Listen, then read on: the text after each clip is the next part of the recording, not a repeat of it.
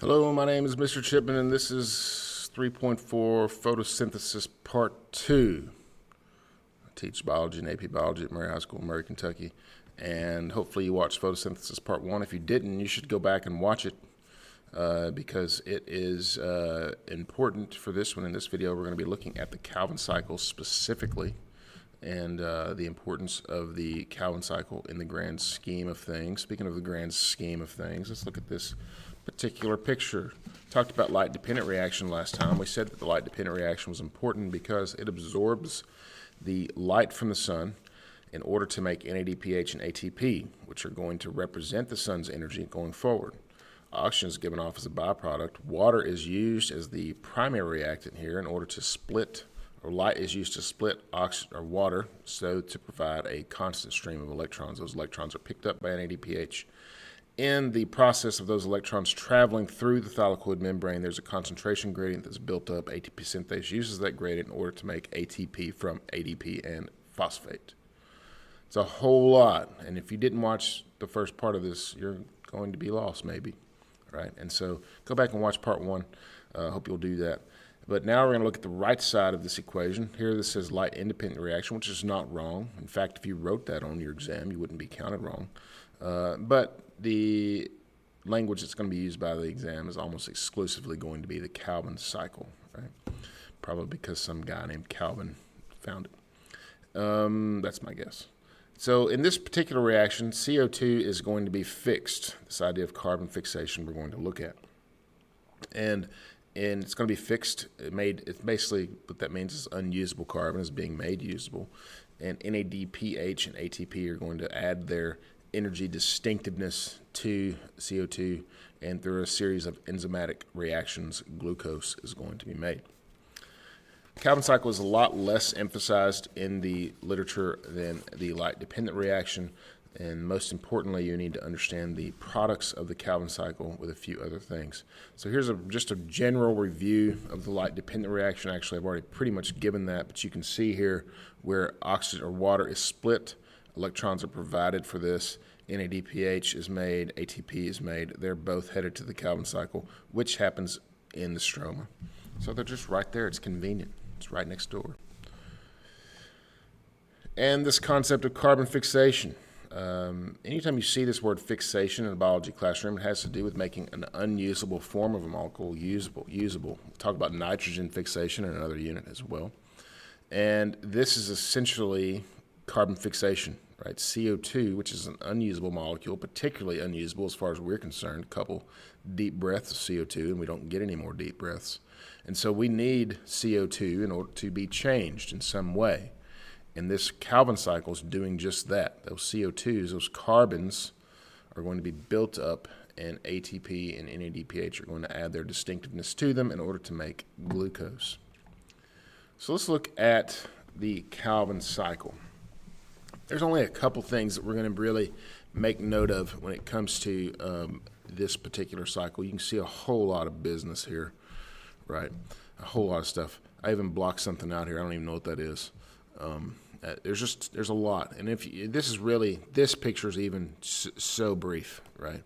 Every one of these reactions has an enzyme involved, and there's some splitting and all this other stuff going on. If you're really interested, by all means, go and see. But we're only going to pick out a couple things. A couple things I want to pick out, of course, carbon fixation is this process, right? It's got a name, Calvin cycle, but make sure you attach carbon fixation to the Calvin cycle. And so we're going to look at numbers because I think numbers are important to help us understand this, sort of like make the math work, right? And so we're going to put 3 CO2s on this merry-go-round. I say it's a merry-go-round, it's a cycle. Cycles end where they begin, right? And what you put in is also what you're going to take out. Everything else is going to stay the same. These 3 CO2s are going to get on the merry-go-round, but they need some help. We've talked about molecules that will take two things and put them together, reduce the amount of energy necessary for that to occur and speed that up. That's called an enzyme. The enzyme in this process is called ribisco. Ribisco is going to be the enzyme that adds CO2 to the Calvin cycle merry-go-round.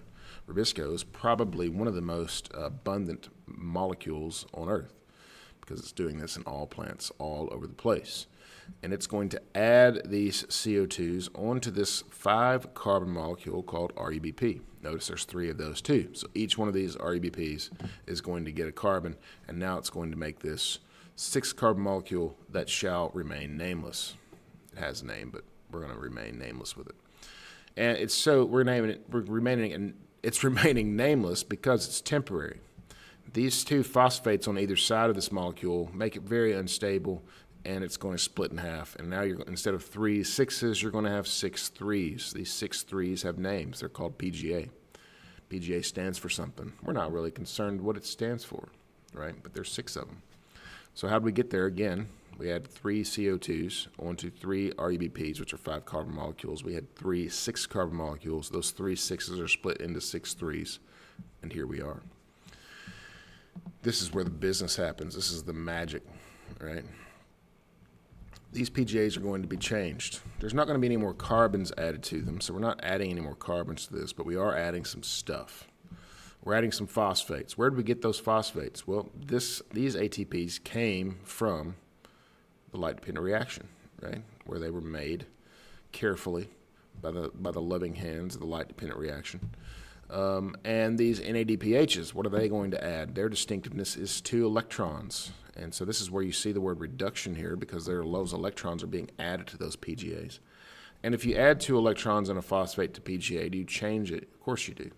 Of course you change it, right? And so it's no longer called PGA, but when it washes out on the other side, it's called G3P, which is a much cooler name anyway. G3P has a name, but you don't need to know it. You can just call it G3P for short. That's what all of his friends call it.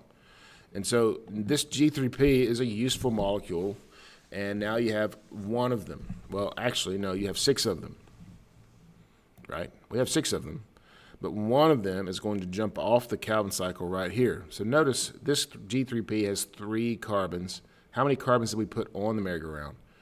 We put 3 carbons on the merry-go-round, right? And so we put 3 on, we get 3 off, but now they're in a different form. Now, you could take 2 of these G3Ps and make a glucose, which is what the plant is doing the majority of the time.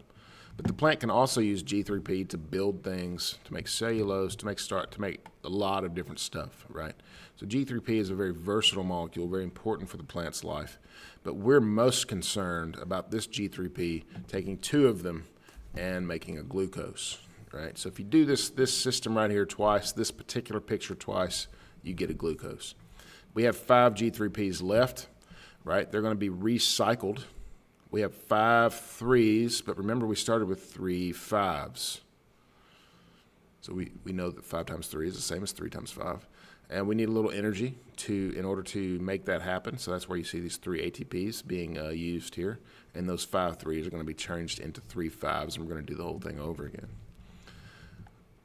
We put 3 carbons on, we got 3 carbons off. They just changed. Why did they change? Because they had some ATP and NADPH added to them. Just a note here too, where's ADP going when it finishes this? It's going to go to the light-dependent reaction. It's going to pick up some more phosphate. Where's NADP plus going? It's going back to the light-dependent reaction. It's going to pick up some more electrons. In fact, this picture shows us that, right? And so this is a kind of energy coupling, right? Whereas light is necessary for that. Glucose is going to be the product of this. That glucose has some energy in it. This is a kind of anabolic reaction where there's more energy in the products than there are in the reactants. Just putting it all together, making it all work. All right, let's think about some evolutionary connections here. Interesting thing here. So what you find in evolutionary history is before anything existed, right, or when the first life forms didn't use oxygen. Well, there were some molecules called cyanobacteria that did photosynthesis. Photosynthesis does not require oxygen. In fact, it produces oxygen. And the production of oxygen over many long years is going to build oxygen in the atmosphere. The building of oxygen in the atmosphere is going to eventually, you're going to have an organism come around that's going to be able to exploit that new resource. And so that's where aerobic organisms come from. Of course, we talked about how chloroplasts probably came from prokaryotic organisms in the past. We've talked about that before. But I think the idea here, a very important concept, is that this buildup of oxygen in the atmosphere is going to be it's going to lead to the first aerobic organisms. Let's look at some practice. The student claims that the energy stored in glucose is ultimately derived from light energy. He's right. Which of the following best supports that claim? Okay, so we need to find something where light is being transferred into the chemicals NADPH, ATP, and then those being transferred into glucose. Let's go find that ABCD. Chloroplast stroma contains enzymes that digest sugars. It's not what's going on. ATP and NADPH are produced in light reactions used to fix carbon into inorganic molecules or into organic molecules during the Calvin cycle. Correct. That is good. We like B. But we're going to go ahead and read C and D and talk about why they're wrong. Calvin cycle directly converts sunlight and doesn't. It's a light independent reaction, right? And then light provides oxygen. What? We're not even going to read the rest of that because it doesn't do any of those things. I hope this was helpful. If you have questions about part 1 or part 2, feel free to ask them down in the comments below. Thanks for watching.